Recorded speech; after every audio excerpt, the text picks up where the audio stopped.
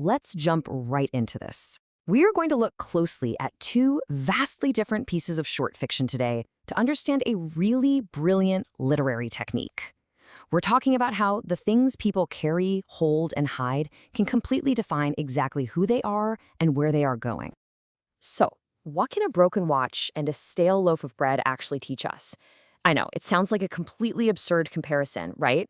But as we'll see throughout this explainer, the incredibly ordinary items we carry around can either spark an epic adventure or deliver some pretty profound moral lessons. By putting these two specific objects side by side, we're going to uncover how authors use the mundane physical world to mirror deep internal character transformations. Section 1. The Power of Objects. Small items, massive consequences. To anchor our two stories today, one being a didactic moral fable and the other an atmospheric high fantasy, we need to establish a core idea right out of the gate. Objects aren't just physical items. They are powerful catalysts. They reveal our true character and they ignite our journeys. Whether a possession is just a flashy status symbol meant to make everybody else jealous, or a hidden secret kept incredibly close to the chest, what a character chooses to value tells us exactly who they are inside. The objects literally become mirrors, reflecting the soul. Keep that in mind as we meet our first protagonist. Section 2. Hamza's Golden Watch, a lesson in fragility. Let's meet our first character, a village boy named Hamza. Now, Hamza had some very specific traits. He absolutely loved expensive things. He constantly bragged about his father's money, and he actively looked down on other children who only had simple belongings. Basically, Hamza was completely consumed by superficial status. His entire identity was wrapped up in what he owned, rather than who he actually was, which pretty much makes him the perfect candidate for a massive lesson in humility. And that brings us to the inciting incident of his story, the gift. Hamza's father gives him a wristwatch. But we're not talking about just any watch here. It is shiny, it's golden, and it is very expensive. So when his father gives him this beautiful, fragile object, it immediately becomes a major test of his character. It's an object that practically begs to be shown off, which is exactly the opposite of what his father intends for it. His father actually explicitly warns him, saying, "Take care of it. It is not just a watch, it teaches discipline." He's actively trying to impart that the watch is meant for responsibility, not to just be some flashy toy to wave around. He really wants it to be a tool for personal growth. But Hamza's immediate reaction? He just smiles proudly and promises to show it to everyone, completely missing the entire point of his father's words. And this brilliantly illustrates the incredibly rapid downfall of pride. It literally only takes 2 days. Day 1, he gets the golden watch. Day 2, he takes it to school, bragging to his classmates, even taunting them that his watch costs more than their bicycles. The other kids feel terrible and just stay silent. But then, during recess, tragedy strikes. Hamza is playing, he slips, and he falls. Instantly, the watch hits a rock and just shatters. The glass is broken, the needles stop moving, and Hamza is left frozen in absolute tears. The physical destruction of that watch perfectly mirrors the shattering of his inflated ego.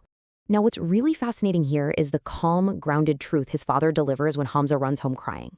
Instead of yelling at his son for breaking a super expensive item, the father just calmly takes the broken watch and asks if Hamza knows why it broke so easily. Then he delivers this absolute powerhouse of a quote. "Because you only showed it off, but you never learned its value. Things are not meant for pride, they're meant for responsibility." It's honestly a masterclass in parenting. Hamza feels deep shame, but the lesson actually sticks. He stops bragging, he becomes humble, he shares with others, and he finally learns to treat things with care. Section 3. The Hidden Map. Destiny in the Mundane. Okay, now we pivot to a hushed, really urgent mystery in our second story. An old cartographer dies without saying a word, leaving a map hidden inside the spine of a stale loaf of bread, which, by the way, must have been incredibly stale to survive being a hiding spot. Anyway, in the dusty shop of her uncle, a girl named Kira finds something incredibly profound completely by accident. She's just simply tearing hunks off that loaf when her thumbnail catches the edge of something papery. And isn't that how most important things are found? Just totally hidden in the mundane? When Kira unrolls the map on the wooden counter, we are hit with these incredibly rich sensory details. The map of Eoloria is drawn on parchment that is soft as skin and surprisingly warm, almost as if it had been carried close to a chest for years. The kingdom is drawn in dark, breathing ink. It has mountains shaped like sleeping giants and rivers that loop like sentences mid-thought. Unlike the cold, hard, superficial metal of Hamza's watch, this map feels alive. It feels ancient, deeply personal, and just brimming with untold stories. And the most crucial point is this tiny detail right at the very center of the map. Kira finds a single red dot, accompanied by these two incredibly urgent words, "She'll know." The author notes this is written in the cramped hand of a man who knew he was running out of time. It's a direct, almost haunting call to action. It isn't a shiny object meant to be paraded around to the world. It is a profound secret meant for an audience of exactly one. Notice how Kira's reaction builds her character through this very quiet call to adventure. She unrolls the map, she looks up and observes the incredibly ordinary street outside, just an empty shop, a yawning cat on a windowsill. And then, what does she do? She rolls the map right back up and tucks it secretly into her coat. She doesn't run out to brag, she doesn't show it off to the neighbors. She silently and calmly accepts the immense weight and responsibility of this epic destiny tucked right inside her jacket. Section 4. Pride versus discovery. Contrasting two powerful items. Bringing both of these narratives together side by side, we see a really sharp contrast. On one side, we have the external, fragile pride of Hamza's watch, and on the other, the internal, resilient discovery of Kira's map. The watch is flashy and fragile, and it ultimately just serves to teach a harsh lesson in humility. The map, though, is hidden, it's resilient, it survived inside a loaf of bread, and it silently demands action and purpose. Let's really unpack the thematic shift these objects create. While Hamza's external pride leads to immediate loss and shame, Kira's internal discovery sparks a secretive, totally life-altering journey. Hamza literally has to be broken down to learn his lesson, while Kira is elevated by her quiet observation. But the ultimate takeaway here is that both characters are fundamentally changed by how they interact with and treat a physical object. In both stories, the object is the teacher.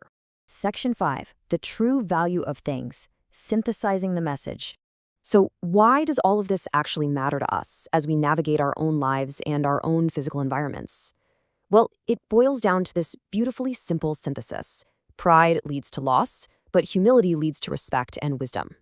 As Hamza learns to stop bragging, start sharing, and handle his life with care, and as Kira silently accepts the massive quest handed to her in a dusty little shop, we see a universal truth. An object's true value does not lie on its price tag or its shine. It lies entirely in the responsibility it requires from the person holding it. I'll leave you with this final provocative thought to reflect on today. Are the objects in your own life serving as shiny traps for your pride, or are they hidden maps leading to your next big discovery? I really encourage you to look closer at the ordinary things around you. How you treat them might just tell you everything you need to know about yourself. Thanks for joining me on this explainer, and keep exploring the deeper meaning in the world around you.